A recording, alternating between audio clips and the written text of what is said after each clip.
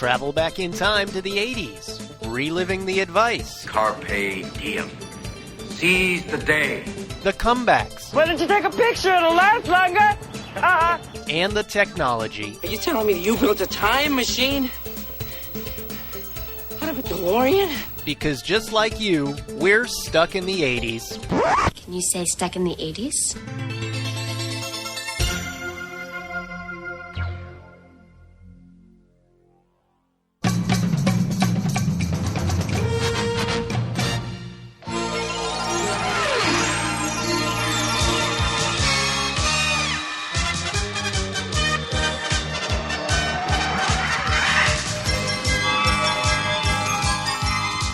Hey, it's your Christmas Grinch Spearsy here. And Rad B. And today we take a long overdue look at Christmas specials in the 80s. Ho, ho, ho. Merry Christmas, young lady.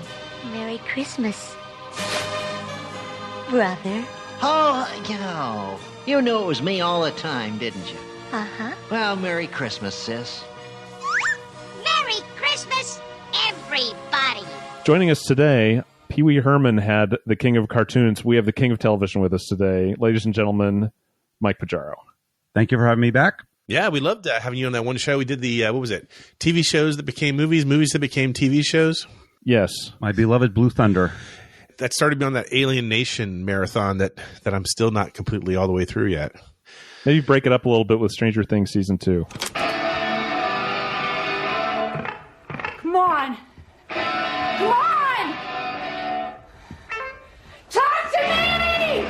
I know you're here! Don't forget, Stuck in the 80s is a member of the CLNS Podcast Network. You can find our podcast on iTunes, Google Play, Stitcher, and the CLNS Media mobile app. And I want to tell you, the all-new CLNS Media website has launched at clnsmedia.com.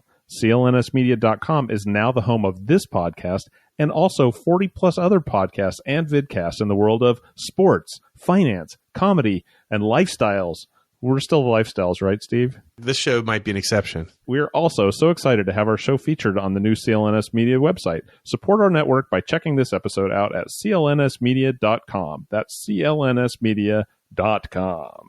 9 o'clock, IBC presents America's favorite family in a special Christmas episode.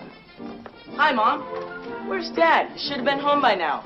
Well, Wally, if I know your father, he's out chasing beaver. Father Loves Beaver. Here on IBC. You'll love it. So when this year started, we swore one of our New Year's resolutions was going to be more TV content. And in all fairness, this season has 2 more TV show episodes than any previous season of Stuck in the 80s. I think we've easily doubled our normal output. Yeah. So, but here we are, mired again in the stagnation of winter. And I just felt like we've never talked about the Christmas specials that were so much of a part of growing up in the 80s. That is true. And not just the ones you remember from when you were a kid, but the ones you have forgotten because they did not quite aspire to classic status. Yeah. Maybe there's a reason why we're forgetting them. Are you sure you want to go back and bring them up? Well, we do it every week. Hey, I spent a good hour of my time today watching my assigned special, so I'm damn well going to talk about it. So here's how it's going to go. We're going to each cover our assigned 1980s era Christmas special. And then after the break, after we do Seggies, we're going to come back and talk about some of our all-time favorite holiday specials that weren't necessarily produced in the 80s, but certainly we enjoyed them in the 80s. Sound good? I'm on board. Let's do it. Okay. Brad, what is your Christmas special of the 80s? Steve, Mike, I want to share with you today my thoughts about 1988's Christmas at Pee-wee's Playhouse. Do you think we should start decorating the playhouse for Christmas? Decorations? Oh, no. I was so busy making up my list for Santa Claus, I completely forgot. Now we don't have any decorations, because I was only thinking of myself. Christmas is the time we should be thinking of what we can do for others. I wish I hadn't been so selfish. Wish? Did somebody say wish? I did, Jambi. I forgot to get decorations for the playhouse. You think you could help me out? Sure, Pee-wee. Is that what you'd like to wish for? Well, not really. I'd like to use my wish later for something really special. I was kind of hoping maybe you'd give me an extra wish. An extra wish? You want an extra wish? What do you think this is? Christmas? Yeah. Oh, okay. So Christmas at Pee-wee's Playhouse. I queued this up just this morning, actually, and watched it while I enjoyed some delicious coffee. This counts as only one of 3 episodes from the 1988 Writers' Strike shortened season. This is 1/3 of the whole season here. It is an hour long, and I would describe it as a Pee-wee's Playhouse episode blended with a variety show and stretched out to an hour. And it's amazing. You should watch it. Really? I had a lot of fun watching it. Where can we watch it? Is it on YouTube or what? It is on YouTube. If you're feeling like you don't want to watch it that way, you can pick up a DVD for under $10 on Amazon. But it opens up with a Marine choir, in full dress, and goes from there. The guest list is startling. Let me give you the celebrity guest list. Are you ready for this? Go ahead. Okay. We got Annette Funicello, Okay. Frankie Avalon, Okay. Charo, the Del Rubio triplets, Whoopi Goldberg, Magic Johnson, Grace Jones, K.D. Lang, Little Richard, Joan Rivers, Dinah Shore, Oprah Winfrey, and Zsa Zsa Gabor, billed as Princess Zsa Zsa. Zsa Zsa, over here, dear. Well, hello, Contessa, darling. I was looking for you all over. Zsa Zsa, you remember Pee-wee? Of course, hello, Pee-wee. Kiss, mwah. Merry Christmas, darling. Merry Christmas, Zsa Zsa, darling. Phoebe, I love you. Then why don't you marry me? Oh my God, Wow. that sounds like a train wreck. Oh, it is the most delightful train wreck you will ever watch in the guise of a Christmas special. It sounds like the best Love Boat episode ever. Yeah, exactly. That's what I was thinking, As too. you said each name, I could see their faces inside the life preserver graphic, that we became so used to seeing at the opening credits of. That's about right. So it's, it's kind of what you would expect. It's an episode of Pee-wee with all of the kind of surreal shenanigans that happened in that show. And then you just kind of overlay some Christmas and take it from there. So is it the same set or is it a variety show set? It's the same set. It's decorated for Christmas. Actually, and I forgot, there's an unbilled guest who shows up too. Cher shows up to help us reveal what the secret word is that day. Cher, what are you doing here? Well, Pee-wee, I just came by to see what today's secret word is. Secret word? I completely forgot. Conky, share with us to know what today's secret word is. Sure. Share.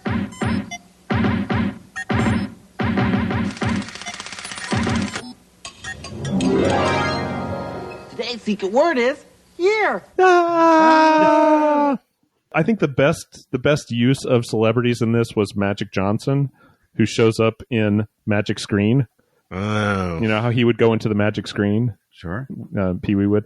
And so he's doing his thing, and he says, "Look, it's Magic Johnson. What are you doing in the Magic Screen?" And he just looks at him and says, "Magic Screen and I are cousins." Oh, it sounds like a groan fest. Yeah, but it's fun. I don't know. It harkens to a simpler time, that's for sure. But it doesn't take itself too seriously. Mike, were you a fan of Pee-wee in general in the 80s? Not a strong fan. I never quite got it. As I got older, I started to appreciate it a little bit more, but it was a little creepy to me. Yeah. Even back then, I was like, what's going on? Like, I recognized that there was something wrong with this person. It was very surreal, Yeah. and intentionally so. Yeah.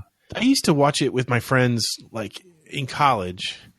We would wake up at, my roommates or whatever, we'd be hungover from a night of frivolity and goodwill towards men and women. And we'd be really hungover. And so I always so in my mind, I equate Pee-wee with a dire need to drink Gatorade and consume Advil. Well, there are a lot worse things you could associate with that man. That's all I'm saying. So to me, it's one and the same with pain and suffering. Okay. Well, I'm glad I could bring that back for you today. There is one other little section of it I want to mention. There's this running fruitcake gag, right? Like, oh no, everyone brought Pee-wee a fruitcake. What's he going to do with this stuff? And about 2/3 of the way through, one of his recurring characters comes in and it's like, oh, I brought you a fruitcake. And he's like, oh, Merry Christmas. And she just looks into the camera and says, I don't celebrate Christmas. I'm Jewish. And they segue into this. Come on, folks. She literally says, come on, folks. It's the Hanukkah part of the show. Let's sing the Hanukkah song. And they sing the dreidel song. And she gives Pee-wee a dreidel. And, of course, he spins it on the floor. And here's the surreal, back to the surrealist. It goes into the hole in the wall. And it turns out the claymation dinosaur family are also Jewish because they're hanging Hanukkah decorations and they play with the dreidel. Like, that was weird. But, it was a nice little nod to other traditions that also happen at this time of year. Cool. Did they have any talking Christmas trees or anthropomorphic Christmas objects? A talking menorah? No, nothing. Nothing new. I mean, Cherry and Terry and the usual cast of characters, but no special Christmas talkers that I remember. I'm a little disappointed. Yeah. Well, I think they had to get this thing. They spend all that money on Zsa Zsa. Princess Zsa Zsa. Oh, sorry. Yes, Princess Zsa Zsa. So, Mike, what is your 80s Christmas special you're going to honor today? Well, I think honor is a strong word. The holidays are a time to celebrate, but I'm going to bring the room down a little bit and talk about Alf's Special Christmas. On the 82nd day of Christmas, my true love gave to me 82 cats of frying, 81 cats of broiling, 80 cats of baking, Enough, 79 cats of toasting, 78 cats of boiling, 77 cats of sizzling, 76 cats of poaching. No more. Fine. Not only are we spending Christmas in some desolate cabin with no running water, we're not allowed to sing. You can sing, just don't sing about you-know-what. What? Roasting cats. I didn't say roasting. I said frying, boiling, baking. You know what we mean. Right. No cat songs. Let me start by saying that in the 80s, I am not embarrassed to tell you that I was a big fan of Alf. I am, however, a little embarrassed to share with you that I'm sitting in Brad's den with the original stuffed Alf that I bought 30 years ago. So we have Alf as a co-host here. I can vouch for that. Wow. I'm terrified. Yeah. What's our safe word again? Where I push the button and you get the cops over here in 30 seconds? This special aired on December 14th, 1987. So it's celebrating its 30th year anniversary this week. Delightful. What a great choice. Yes. So I thought it was very apropos. So it aired as a special 1-hour episode of Alf. And in the story, the Tanner family decides that they want to spend a traditional holiday Christmas out in a cabin in the woods. And they drive out there, and Alf winds up opening up everyone's Christmas presents, telling everyone what they have, then rewrapping them and signing his name to all of the gifts. He brings in some poison oak into the cabin, thinking that's Christmas holly, which infects the father, and who's just furious and basically winds up throwing Alf out of the cabin, telling him that he has absolutely no idea what Christmas is all about. Running water would come in handy now, wouldn't it, Wilco? You don't understand, do you? You don't understand anything about Christmas, do you? You think it's just opening presents and being a general nuisance. Honey, I don't think well, isn't it time? Isn't it about time that you get a little consideration for the rest of us? Now, take that poison oak and dump it way out in the woods. So a lot of things happen, and Alf winds up going to the local hospital where he befriends an 8-year-old girl who is dying. Oh, my God. Oh, now wait a minute. If this were any other 80s show, she would need $5,000 for a special operation to make her better. Then Alf would enter a talent show, earn the money, and everyone would have a Merry Christmas. But they make it absolutely clear that this girl is not going to live to see another Christmas. They are very blatant about that. Wow. Jeez. So Alf befriends her. He is talking to her, and he tells her that, he's a being from another world. She shares that very soon she's going to be moving on to another world, and she's very scared to go there. Oh my God. Holy smokes. She draws a picture of herself with Alf and draws herself wearing angel wings. So this is just one thing after another of Alf trying to talk to this. Lord. And were there like McDonald's commercials airing in the middle of this? It is rough. Oh, do you want to know a secret? If you want to tell me. I'm going to have to move on to another world, too. And there's nothing anyone can do about it. And I'm afraid to go, Alf. I know I'm not supposed to be afraid, but I can't help it. It's all right, Tiffany. It's all right to be afraid. No, Maybe in the next world that I'm going to, we'll have Christmas all year round. Could be. And everyone will want to be my friend. I know they will. And maybe everyone will be just like you, Alf. Well, there is such a thing as too much of a good thing. I love you, Alf.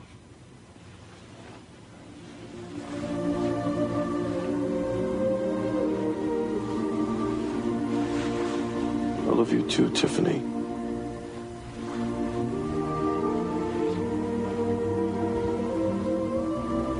Oh. So that's just the A story. The B story involves the hospital Santa Claus, who is played by Cleveland Little. Do you know that name? No. You know the actor. So that was the new sheriff in town in Blazing Saddles. Oh, yeah. So arguably one of the funniest movies ever made. His role is a little less comical in Alf. So in Alf's Special Christmas, his wife died 2 weeks ago, and he is now giving away all of his possessions so that he can go kill himself. And Alf literally has to talk him down off a bridge. You're just pulling our leg. You're making this up. You're making this up. I wish I were. And you know why I can't go on anymore. Margaret is gone. I'm sorry. You feel like you lost your whole world. Believe me, I could relate. But you have unfinished business here. There are people you're leaving behind who still need you. And if you know anything about Christmas, George, you'd know this. Christmas is not about what you can get, but what you can give of yourself. A little girl taught me that not so long ago. And I don't know where she got it. You're a good man, Foley. And I can't afford to lose you. So let's get this truck on the road. Come on. Got things to do. So this is the Alf holiday. So you got a little It's a Wonderful Life touch, but without the actual good part. Oh. Everyone's already dead anyway. Oh, this is horrible. And just to make it, just put the little icing on the cake there. So you have a dying 8-year-old girl, a suicidal Santa. At the end of the episode, finally, when it's all over and you think you're done, they bring up a slate that says, dedicated to the memory of our friend Tiffany Lee Smith, 1979 to 1987. So the girl was based on a real-life 8-year-old girl who died. Merry Christmas, everybody. Oh, I don't know what to say. My mouth is just unhinged. My jaw has dropped so far. What the... Oh my gosh! Like, this is the negative side effects of too much cocaine in the network offices. It was brutal. This is crazy. I mean, this is the 1 hour today where I thought there was a pretty good chance I'd be able to make it through without like sobbing into my hands. And you've taken that from me, Mike. You stole it. Like Alf in Christmas has stolen my 1 hour of sanctuary. This is like Scrooge level television programming. Oh, it is. Oh, I will forbid Steve from watching this because I don't think you could handle it. But I do encourage you just Google the show and look at the reviews that people have written over the past few years. They are spectacular. One person said that if Alf's Special Christmas aired every year the way other Christmas specials did, society would no longer exist. So it is an amazing hour of television. That sounds amazing. It sounds like the right word for this. Oh my gosh. I think I'm going to die. Don't die, man. Just like Tiffany. Oh, God. Too soon. It's been 30 years. Okay. Oh, that's just horrible. I don't know. Oh, man. I would love to know more of the backstory there. I would love to know, like, the truth behind the Alf Christmas special. Somebody heard this idea and thought it was a good idea and hit the green light, or they did a switch at the last second or something like that. Because, I mean, that just sounds so inconceivable. So, Steve, it's up to you. Only you can save us. Save Christmas. Save Christmas. I wish. It's all resting on you. It's all on this one throw of the dice. So here's the deal. What do you got for us? Okay. I'm here to represent He-Man and She-Ra, a Christmas special. I don't think I feel well. Well, I think you're feeling the Christmas spirit, Skeletor. It makes you feel good. Well, I don't like to feel good. I like to feel evil. Oh. Don't worry, Skeletor. Christmas only comes once a year. Thank goodness.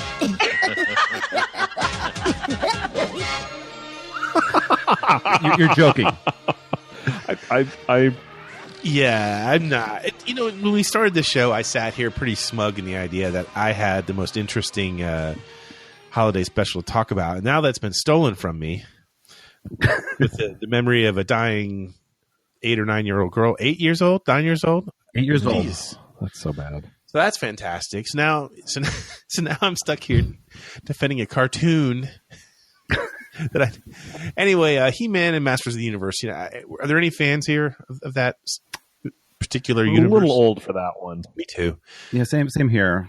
The only reason I picked it was it's been popping up in my YouTube queue a lot lately, and so I thought, why not? How bad could it possibly be? Tell us. Echo. So it was originally broadcast back in December 1985. And I'm going to try to tell you the plot now, okay? It's an hour-long show. I watched it today.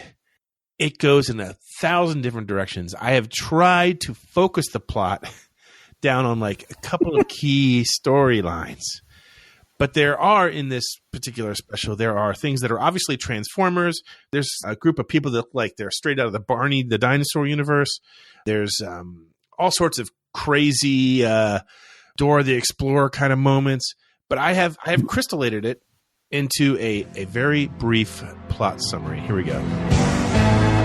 Everyone on Eternia, which of course is He-Man's home planet, is decorating for Prince Adam and Prince Adora's birthday, which just coincidentally happened to look exactly like Christmas decorations.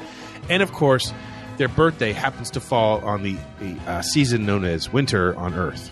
Huh, that's convenient.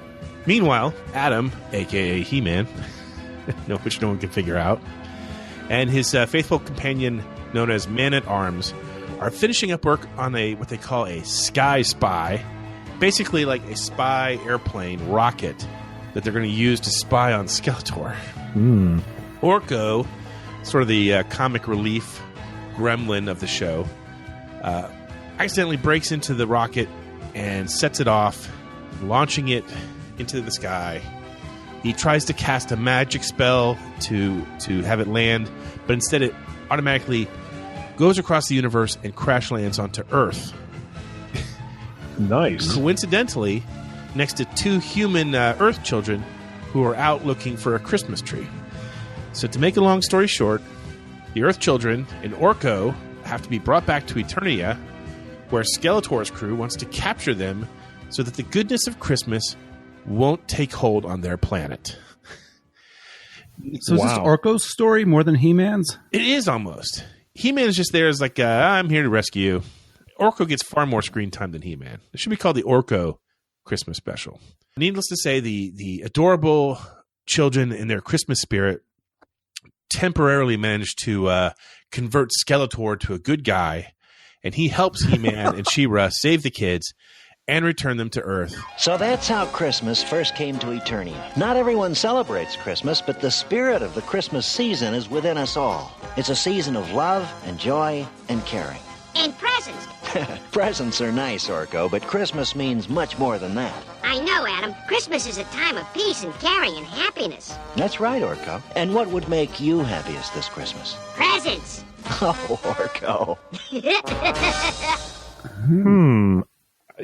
Here's something I will say about that. I was kind of expecting a Christmas special in which Christmas didn't exist, right? I'm thinking doesn't exist. The Star Wars Christmas special, right? Right. But they figured out a way, tortured though it may be, they figured out a way to get Christmas to Eternia. So I'll give them a little respect for that. Yeah. There's even a Christmas song. Really? There is. Can you sing some of it for us? Love and caring, peaceful bliss, joys of sharing, happiness, Christmas spirits in the air, Eternia and everywhere. Don't you feel it? Feel that you're a part.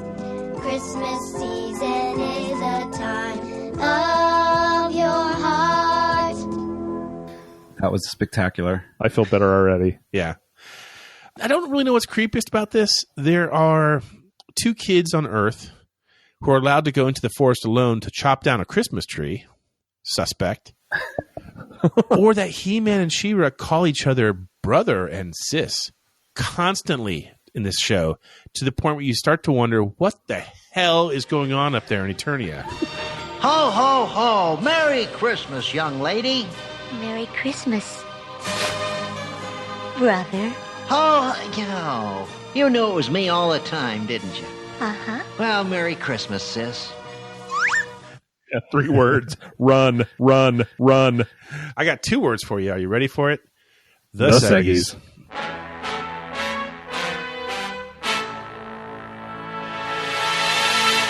Wow, the mystical refrain that is listener mailbag. We got a letter today from... Hey, remember that nostalgia show we did? It seems like we did it a year ago, but it was only about a month or so ago. I'm very nostalgic for our nostalgia show. I forget which one Isn't it was. every show a nostalgic show and stuck in the 80s?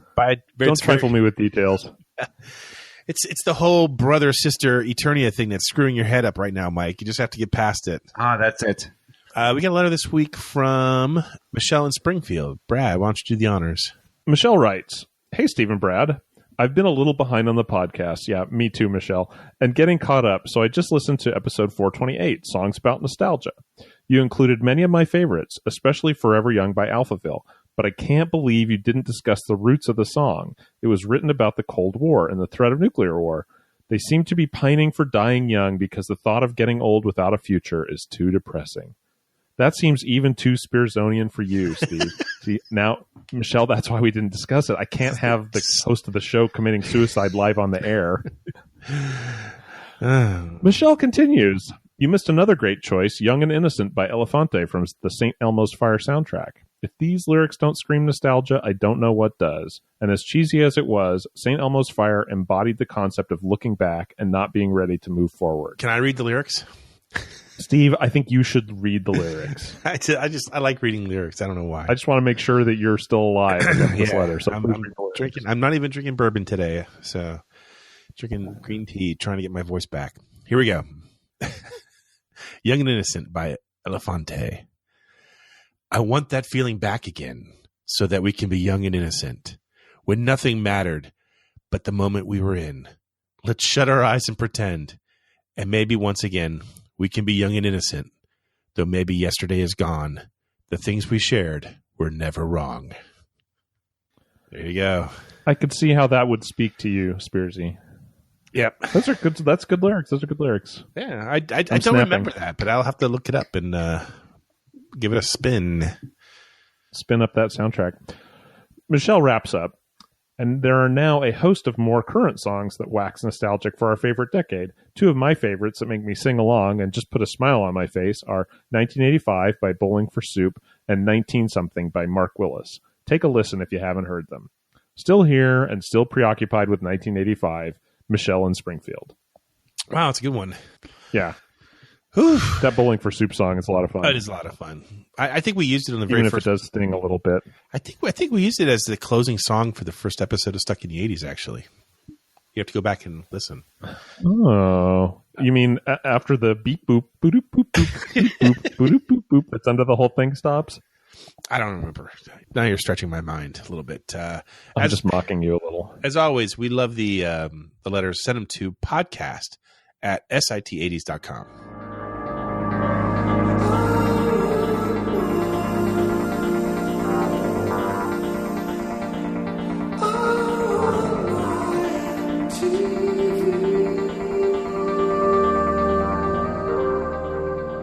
Alas, the new theme song of our latest Seggy, I Want My Mystery TV theme song. How appropriate that it appears in this episode. Like we planned it or something. Yeah, we did not. To ever accuse us of planning is just wrong and criminal.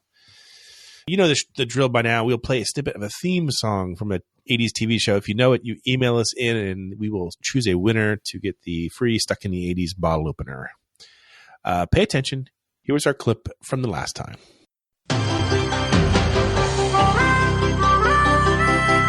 That's Perfect Strangers. Standing tall on the wings of my dream, rising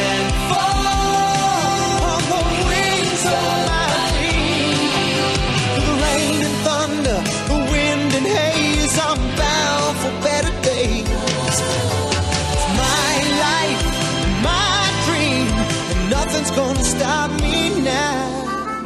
The harmonica gives it away, doesn't it? It really does. It really does. And as I say every week, I don't think I've ever seen a single episode of this, but I recognize the theme song. Oh, I watch this show. I mean, not every episode, but I'm familiar with it. It was Mike, you familiar with this particular program? Don't be ridiculous. I can't do the accent, but I know the line. Yeah. I know that he's from Meepos. I know that they're cousins. Yep. They live in Chicago. So that's half the reason I wanted to watch it. I think he works for a newspaper, doesn't he? Cousin Larry. So anyway, Brad, we had some winners, right? We did. We didn't fool very many people with this one, but nevertheless, let's read those winners. This week's winners include Joseph Perdue. So, Steve, you ever wonder why his name is always first? Because he emails first? Because he emails first. Exactly. I think Joseph is like downloading on Sundays, just sitting there. Anyway, other winners this week include Frank from Indiana, Lorna, a.k.a. Mrs. Tim from Toadsuck, Jay Swash in Beaver Creek, Tom Korn in Austria, Dave Augie August, Peter Ryan, Jeff Rocks in Indiana, Alan Titus, Canuck and Callie, Heather Brown from Tennessee, Ryan the Pirate King, Gail in D.C., Aaron Shirley in Burnaby, British Columbia, and Eric Newell, who writes, "That theme can only be from Perfect Strangers. Coincidentally, the very first custom ringtone I ever had on my phone." You must have really liked that show. I don't know. Eric, we need to talk, brother. Yeah. That's very interesting. Brad, go ahead and spin the wheel and let's find out who gets a bottle opener. You know what? I think I'm going to have Mike spin the wheel. All right. How do I do this? Just grab it. Just grip it firmly. All right. Grip it firmly. Here we go.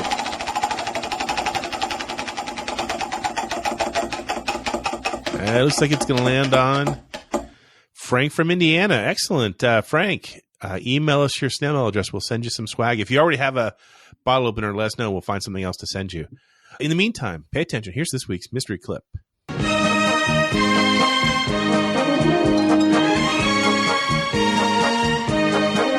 If you know it, email us at podcast@sit80s.com and tune in next week to find out if you're a winner. We'll be right back after this commercial break.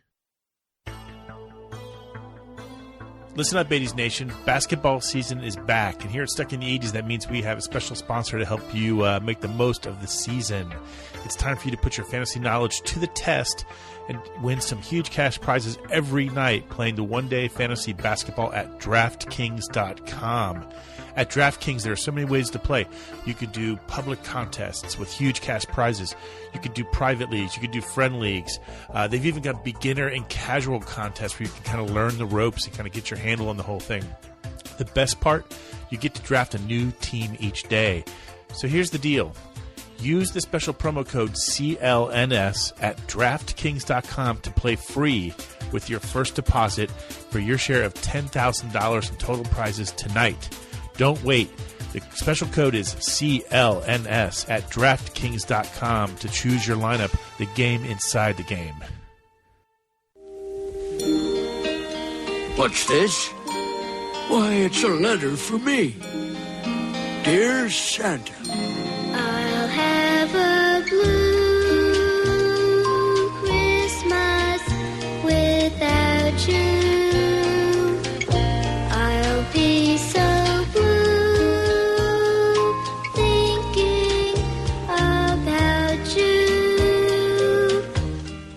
And we're back, and we're not nearly done yet. We promised you that after torturing you with those 3 horrific holiday specials that were created for us in the 80s, that we would go back and talk about our childhood favorite holiday specials. So, Brad, why don't you kick us off? Oh, my favorite, my all-time favorite, and I'll get to the reason why at the end of my discourse here. My all-time favorite is 1970s Rankin Bass special, Santa Claus is Coming to Town. That's the only way they judge you around here. By how many chores you do and how clean your stockings are. Is that so? Well, you don't have to look so glum about it. Why? I don't know. I just don't like sour faces. Now, I got some real nice goodies for you. But not if you look like this. You better watch out. Better not cry. Better not pout. Why? I'm telling you why. Yeah? 'Cause I came to town. And look what I brought. Toys! Real toys! Why, sure. Compliments of the Kringles. I have to ask you guys, do you think that this is at least somewhat the inspiration for the movie Elf, in that you have a human raised by elves? Absolutely. Never thought of that before. Yeah. Interesting.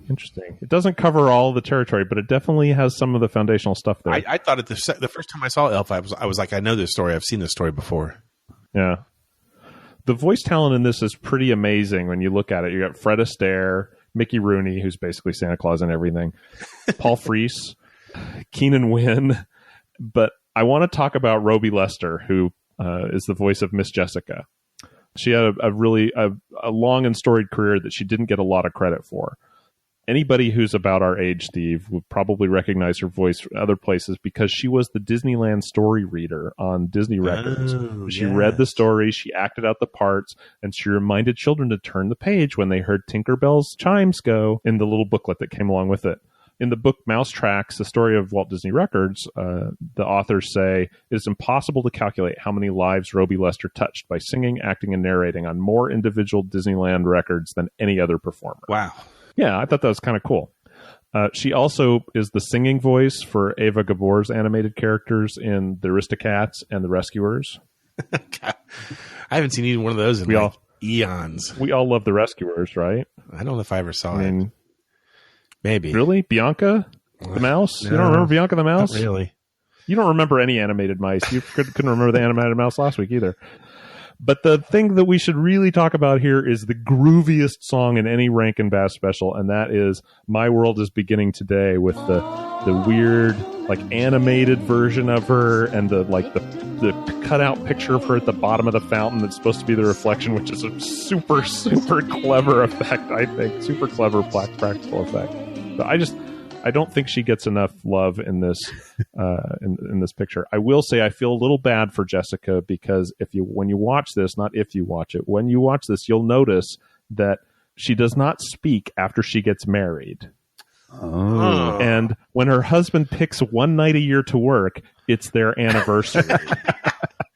This is so I fear that Miss Jessica is trapped in a loveless marriage with only Christmas cookies to keep her company. Wow. That is really... I know. I went Spears on you, didn't I? Yeah. But that is not why this is my favorite Christmas special. And Mike Picciaro knows full well why this is my favorite. We discuss this every single year, and it is great. My favorite line of any Christmas special ever released, Alf, He-Man, any of them, is the Winter Warlock saying, as he rides off after breaking out of prison on a reindeer... Oh, I'm not such a loser after all. You think I've got... It's amazing. It's amazing. It's even better than Will Ferrell getting hit by a cab. Wow. That's going to be hard to top. But we have the special guest here to do it. Mike, what is your favorite? I'm so glad Brad picked the show because it's one of my all-time favorites. And specifically, there's a song, Put One Foot in Front of the Other. Yes. And the lyric goes, put one foot in front of the other, and soon you'll be walking out the door. And in the scene, the Winter Warlock is walking through this snow doorway. And my 5-year-old brain thought that was the coolest thing ever. And I wanted my own snow doorway. And so I told my father that I wanted this. And for some reason, I didn't want him to know that it was from the TV show because I thought that was stupid, but I wanted it. And I don't think he knew what I was asking for. He said, "Oh, you want a door for a snow fort?" But I didn't want the fort. I just wanted the doorway. And I didn't have the vocabulary to ask for an arch, which is what I really wanted. But my father did build a doorway that I could walk through, and I would pretend I was the Winter Warlock. And I never told anybody that it was, but in my mind, I was secretly, this is the Winter Warlock's doorway that I'm walking through. Amazing. Wow. Oh, Mike, that's a great story. Yes. Oh my gosh, what a amazing memory that is. And every year when I watch this special, that is the scene that I get excited to look to watch, and it brings me joy every year. I feel all warm inside. See? Wow. I think we just experienced the true meaning of Christmas, Steve. I think so. That's what Alf taught me. Oh man. Okay. Well, dazzle us with your other pick for a favorite holiday classic. Well, I thought that this podcast could talk about something wholesome for a change, so I went with a Charlie Brown Christmas. I think there must be something wrong with me, Linus. Christmas is coming, but I'm not happy. I don't feel the way I'm supposed to feel. I just don't understand Christmas, I guess. I like getting presents and sending Christmas cards and decorating trees and all that, but I'm still not happy. I always end up feeling depressed. Charlie Brown, You're the only person I know who can take a wonderful season like Christmas and turn it into a problem. Maybe Lucy's right. Of all the Charlie Browns in the world, you're the Charlie Browniest. So we all know it, we all love it, and is just probably the definitive holiday classic, beloved by all. It is kind of hard to imagine that it was a controversial show that when it first came out, in the sense that people didn't think it would work. The idea of doing an animated Christmas special, the networks didn't think that was going to be something that audiences would go for it, because this predates Grinch, it predates Frosty. This was the first one to do it. And it's a little ironic because the plot of Charlie Brown Christmas is all about how Christmas is too commercialized. Yet the idea for doing a Charlie Brown holiday special actually came from Coca-Cola.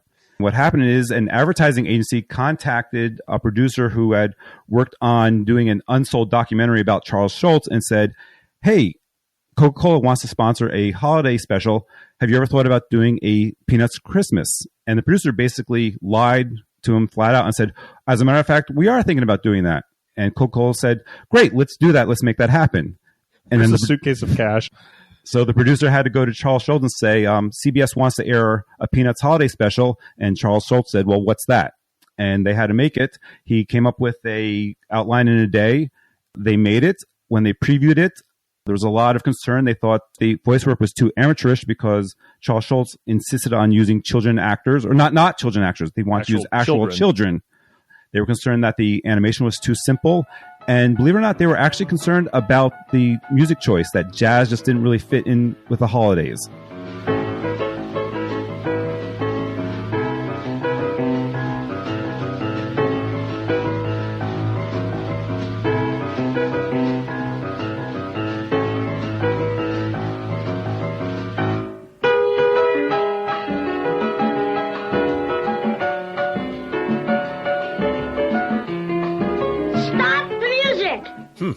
I mean, that soundtrack is one of my favorite bits of Christmas music. Yeah, of course. I listen to that every year quite a bit because it's not another version of Santa Baby. Yeah. And of course, the classic dance scene with all the kids that we've all imitated from time to time is just truly, truly amazing. Wow. I had no idea that predated all those other ones. Amazing. It was the first. Yeah, it is really old. And when you watch it, if you haven't seen it in a while, you kind of forget it is a Christmas special. There is like Bible verses at the end of it. They talk through the nativity, which is, you wouldn't see that today, I don't think. I guess you were right, Linus. I shouldn't have picked this little tree. Everything I do turns into a disaster. I guess I really don't know what Christmas is all about. Isn't there anyone who knows what Christmas is all about? Sure, Charlie Brown. I can tell you what Christmas is all about.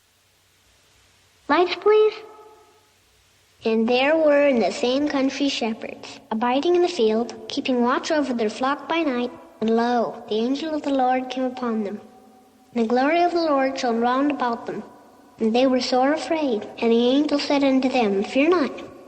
For behold, I bring you tidings of great joy, which shall be to all people. For unto you is born this day in the city of David a Savior, which is Christ the Lord. And this shall be a sign unto you. You shall find the babe wrapped in swaddling clothes, lying in a manger. And suddenly there was with the angel a multitude of the heavenly host praising God, and saying, Glory to God in the highest, and on earth peace, goodwill toward men. Well, I'm here to wrap things up with my own holiday special. There's a reason, like each one of you have your own particular reasons why you gravitate towards yours. I have one for mine. Mine is The Year Without a Santa Claus. Did you ever hear of that terrible year way back before you were born? When Santa Claus took a holiday on the night before Christmas morn. It was a year without a Santa Claus, a Christmas Eve. It's just impossible for me to stay away from Rankin Bass. Because it just, to me, those Christmas specials are December growing up. I mean, you would wait to see what night this was going to be on. You'd have them all plotted out on a calendar, what night Grinch would be. Yeah, it was appointment TV in a way that, the kids today can't understand. Right, exactly. So, Year Without a Santa Claus, 1974, stop-motion animated television special. It was actually based on a book from 1956 by an author named Phyllis McGinley.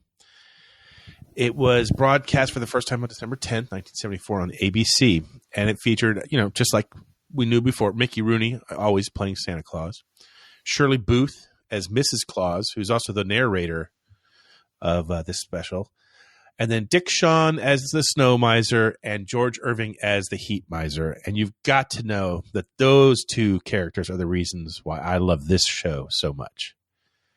Which one do you identify with more? Heat Miser. Yeah, he's crabby. He's crabby. He lives. Wait, you're Heat Miser and I'm Snow Miser. Oh my gosh! I have a mind to chill your embers.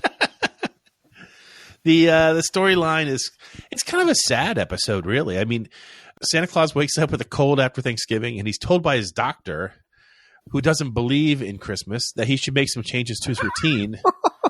And so Santa decides to take a holiday and won't deliver any gifts. And he leaves it to two elves, Jingle and Jangle, to try to find proof that some people still believe in Santa Claus. I got problems with this. Yeah. I got problems with this. Santa's, he works one day a year. Oh, yeah, I'm not going to do it. Get a cold. They move heaven and earth to get him a day off. And he's like, just kidding. Yeah. What a jerk. Well, maybe. No wonder you live alone at the North Pole. But the best part is, so the whole plot revolves around the fact that Jingle and Jangle have to rescue their reindeer. They're sick and dying reindeer. Like Vixen, they take with them, disguise him as a dog. He gets captured and goes to the pound, and he's on the verge of dying. The only way they can get the mayor to consider releasing their almost dead reindeer is to promise that they can make it snow. Politics in the South, man. Yeah. Politics in the South are tough. So that's why Mrs. Claus has to go visit the Heat Miser and Snow Miser and negotiate a deal where they will allow it to snow this one day in the southern United States. And so, why don't you just get the Tutti Frutti snow cone on the hotline? Yeah. And so we get the two most classic jingles known to man.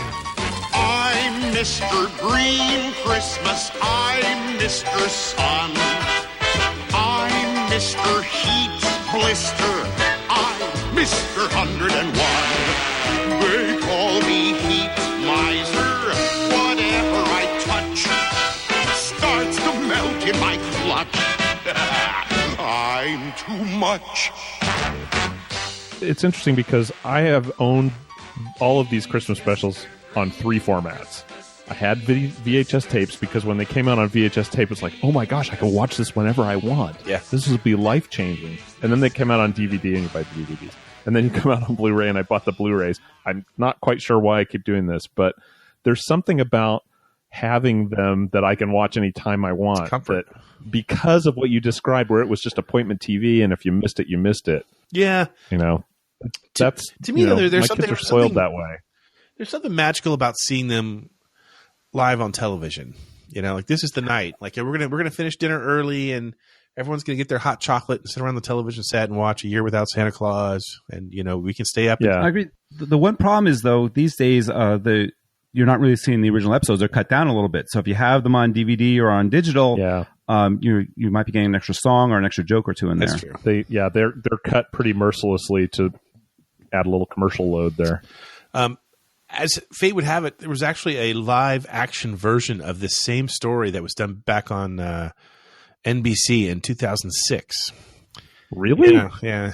They tried to. I don't remember that at all. I don't either. And then there was in 2006. We were busy being adults, and there's another stop action sequel called A Miser Brothers Christmas that was done in ABC Family aired that. Yeah. That I've seen. Yeah, done in 2008, and it has Mickey Rooney and George Irving reprising their roles. So.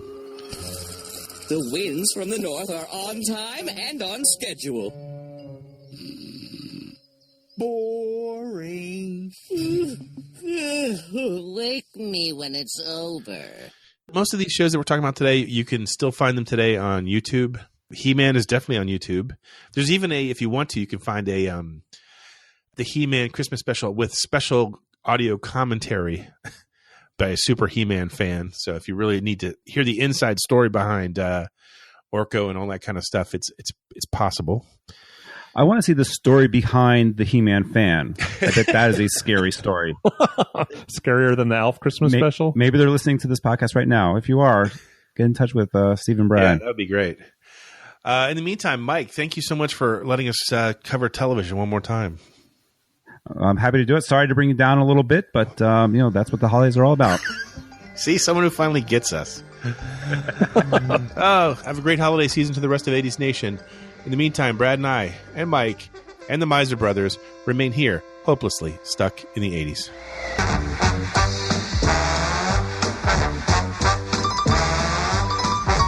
I'm Mr. White Christmas. I'm Mr. Snow. I'm Mr. Icicle. I'm Mr. Ten Below. Stuck in the 80s is a member of the CLNS Media Network. Special thanks to Check Battery Daily for our theme music. And don't forget to subscribe to the podcast on iTunes, Stitcher, or the CLNS Media mobile app. He's Mr. White Christmas. He's Mr. Snow.